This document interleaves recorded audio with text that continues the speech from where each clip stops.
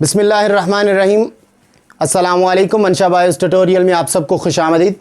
आज का जो हमारा टॉपिक है वो रिलेट करता है प्लांट्स के हार्मोन्स के साथ, और आप प्लांट हार्मोन्स को ग्रोथ सब्सटेंस भी कह सकते हैं, क्योंकि ये हार्मोन ही है जो प्लांट्स की ग्रोथ को करवाते हैं। तो ऐसे सब्सटेंसेस जो प्लांट की ग्रोथ में इन्वॉल्व होते हैं, तो वो ग्रोथ मूवमेंट्स जो हैं या डिफरेंट टाइप्स की मूवमेंट्स में हार्मोन्स का क्या रोल है ये हम देखेंगे। तो फर्स्ट ऑफ ऑल हमने देखना है auxin. It is very important hormone in plants, जो कि प्लांट के अंदर डिफरेंट किस्म की मूवमेंट्स में अपना रोल अदा करता है। कुछ चीज़ों को स्टिमुलेट कर रहा है, कुछ को इनहिबिट कर रहा है। तो सबसे इम्पॉर्टेंट ऑक्सिन है। ऑक्सिन जो है इंडोल एसिटिक एसिड भी इसे सिंथेटिकली फॉर्म में कहते हैं। तो पहला इसका फंक्शन है फोटोट्रोपिज्म। तो ये फोटोट्रोपिज्म में अहम रोल अदा करता है, जो लाइट की वजह से एक डायरेक्शनल मूवमेंट होती है। हमने पिछले टॉपिक में पढ़ा कि लाइट की वजह से स्टिमुलस की तरफ या स्टिमुलस के अगेंस्ट मूवमेंट प्लांट का कोई हिस्सा करे, उसे हम फोटोट्रोपिज्म कहते थे। ऑक्सिन उसमें अपना मेजर रोल अदा करता है, क्योंकि ऑक्सिन नेचुरली अनइक्वली डिस्ट्रीब्यूटेड होता है। किस में? कोलियोपेटाइल स्टेम में। तो यानी कि ये स्टेम के अंदर किसी जगह पर ज़्यादा सक्रीट हो रहा होता है, किसी जगह पर कम सक्रीट हो रहा होता है। तो डेफिनेटली जिस जगह पर ज़्यादा सक्रीट होगा उस जगह पर ये ज़्यादा ग्रोथ करवाएगा या फिर रोक भी सकता है। तो नॉर्मली अगर हम समझें कि जिस तरफ ज़्यादा सक्रीट हो रहा है उस तरफ इसकी ग्रोथ इसने ज़्यादा करवानी है। अब यहाँ पर क्वेश्चन अराइज होता है, व्हाट इज़ कोलियोपेटाइल स्टेम? ये क्या है? ये कोलियोपेटाइल स्टेम ऐसे ये जो कोई ख़ास किस्म का स्टेम होता है, इमर्जिंग जो शूट है आप कह लें, जो निकल रही है अभी, एपिकोटाइल आप इसे कह सकते हैं, उसमें अनइक्वली डिस्ट्रीब्यूटेड होता है। कैसे? कि किसी एक तरफ इसकी सेक्रेशन ज़्यादा होगी और किसी दूसरी तरफ इसकी सेक्रेशन कम होगी। लाइक हम देखें फोटोट्रोपिज्म में स्टिमुलस कौन सा है मेन? वो है लाइट। तो लाइट जब स्टेम के ऊपर पड़ती है, प्लांट के ऊपर पड़ती है, तो उसका जो कोलियोपेटाइल स्टेम है जो अभी इमर्जिंग है, इनिशियल स्टेजेस पे जब स्टेम निकलता है, तो लाइट के अगेंस्ट जो साइड है उसकी अपोजिट साइड, उस तरफ ऑक्सिन की सेक्रेशन नेचुरली ज़्यादा होती है। तो इसका मतलब है इस तरफ ये क्या करेगा, सेल की ग्रोथ जो है वो ज़्यादा करवाएगा, ज़्यादा लेंथ में इंक्रीज़ होंगे। इस तरफ भी सेल की ग्रोथ होगी, लेकिन as comparison to opposite side इस तरफ सेल्स की ग्रोथ इतनी ज़्यादा नहीं होगी। तो इन सेल इनलार्जमेंट जो है इस तरफ ज़्यादा है। तो डेफिनेटली जिस साइड पर सेल ज़्यादा ग्रो कर रहे हैं उसके अपोजिट उसने बेंड कर जाना है। तो अब इस साइड पर सेल ज़्यादा ग्रो कर रहे हैं, तो इसकी अपोजिट साइड पर स्टेम जो है इस तरफ इस तरह से बेंड कर जाएगा। तो ये देखें, बेंड जो कर रहा है ये टुवर्ड्स द स्टिमुलस कर रहा है।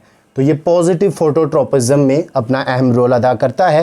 तो वही उसने लिखा है कि it is unequally distributed in coleoptile stem, कि एक तरफ ज़्यादा सिक्रीट हो रहा है, एक तरफ कम, इक्वल इसमें डिस्ट्रीब्यूशन नहीं है। और इसी वजह से अनइक्वल सेल इनलार्जमेंट, कि एक तरफ जो सेल हैं वो ज़्यादा बड़े हो रहे हैं और दूसरी तरफ जो सेल की डिवीजन है वो इतनी ज़्यादा नहीं है, सेल्स की डिवीजन छोटी छोटी हो रही है साइज़ में। तो जिस तरफ सेल की डिवीजन ज़्यादा हो रही है, सेल ज़्यादा ग्रो कर रहे हैं, सेल ज़्यादा इनलार्ज हो रहे हैं, उसके ऑपोजिट जो स्टेम है वो क्या कर जाएगी, बेंड कर जाएगी इन ऑर्गन। तो ये ऑर्गन जो है ये बेंड कर जाएगा टुवर्ड्स द लाइट। तो पॉजिटिव फोटोट्रोपिज्म के अंदर ऑक्सिन ने अपना अहम रोल अदा करना है। तो कोलियोपेटाइल को बेसिकली हम डिफाइन कैसे करेंगे? तो इसको डिफाइन करेंगे, it is a protective sheath that protect emerging shoot. तो जो इमर्जिंग शूट है, जो अभी न्यूली निकल रही है शूट, उसके ऊपर एक प्रोटेक्टिव शीट है, उसको हम कोलियोपेटाइल कहते हैं। और स्पेसिफिकली ये याद रखिएगा, मोनोकॉट्स जो होते हैं, मोनोकॉट्स, उनके अंदर उनकी जो इमर्जिंग शूट है उसको हम कोलियोपेटाइल कहते हैं, उसमें एक प्रोटेक्टिव लेयर ज़्यादा होती है। इसके बाद इसका सेकंड फंक्शन ऑक्सिन हार्मोन का, एक फोटोट्रोपिज्म, दूसरा फंक्शन है पॉजिटिव जियोट्रोपिज्म, यानी कि जो रूट्स हैं वो ग्रेविटी के टुवर्ड्स मूव करती हैं तो वो पॉजिटिव जियोट्रोपिज्म है, उसमें भी ऑक्सीजन एक अहम रोल अदा करता है। और नेगेटिव जियोट्रोपिक मूवमेंट जो है, जैसे स्टेम जो है वो अगेंस्ट द ग्रेविटी मूव कर रहा है, उसमें भी ऑक्सीजन का अहम रोल होता है। तो अब ये दोनों चीज़ें किस तरह से ये करवाता है, इसमें हम देखेंगे। ये फॉर एग्ज़ाम्पल आप समझें जी, रूट का एक पार्ट है और ये शूट है या स्टेम है, उसका एक पार्ट है। तो नेचुरली कहता है कि जो ऑक्सीजन है ये इनहिबिट करेगा growth of root cells. Root cells की ग्रोथ को इनहिबिट करेगा किस साइड पे? लोअर साइड पे। इस साइड पे ऑक्सीजन की सिक्रीशन ज़्यादा होगी, लेकिन ऑक्सीजन यहाँ पर सेल की ग्रोथ ज़्यादा नहीं होने दे रहा, इनहिबिट कर रहा है। इसका मतलब सेल साइज़ में यहाँ पर छोटे होंगे, इनलार्जमेंट ज़्यादा नहीं होगी। तो इसके अगेंस्ट अपवर्ड उसकी जो सेल की ग्रोथ है वो ज़्यादा होगी, सेल ज़्यादा इनलार्ज होंगे। और जब सेल ज़्यादा इनलार्ज होंगे, अपवर्ड ज़्यादा ग्रोथ है, तो उसने बेंड किस तरफ करना है? डेफिनेटली अपोजिट साइड पर। तो ये डाउनवर्ड जो है रूट बेंड कर जाएगी। अगर उसने बेंड करना है कर्वेचर में, तो ये रूट्स ऑक्सीजन की वजह से डाउनवर्ड जो है इसकी बेंडिंग हो जाएगी। तो इसको दोबारा से एक बार सुने ज़रा। हमने कहा कि रूट के अंदर ये जो लोअर साइड है, ऑक्सीजन लोअर साइड पर रूट की ग्रोथ को क्या करता है? इनहिबिट करता है, सेल्स को ज़्यादा इनलार्ज नहीं होने देता।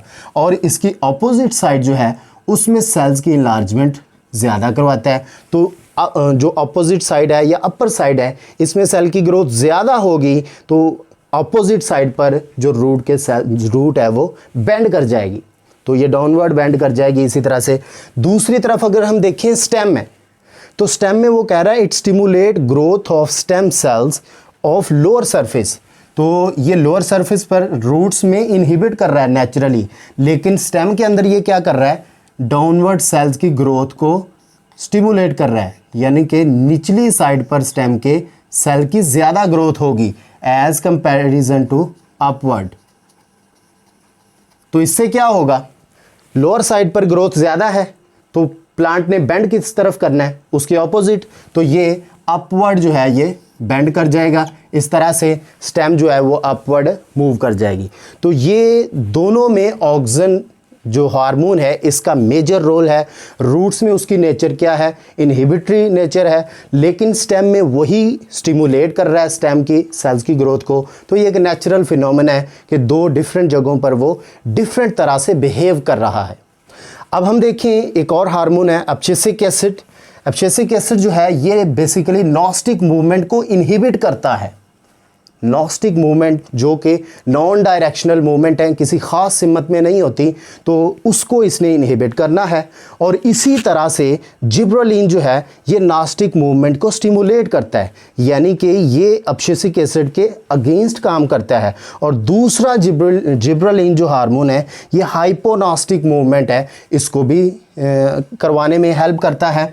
और फिर अगर हम देखें एपिनॉस्टी मूवमेंट जो कि लोअर साइड पर ज़्यादा होती है, वो बड ओपनिंग और क्लोजिंग में हमने पीछे पढ़ा था। तो एपिनॉस्टी मूवमेंट में मेजर रोल किसका होता है?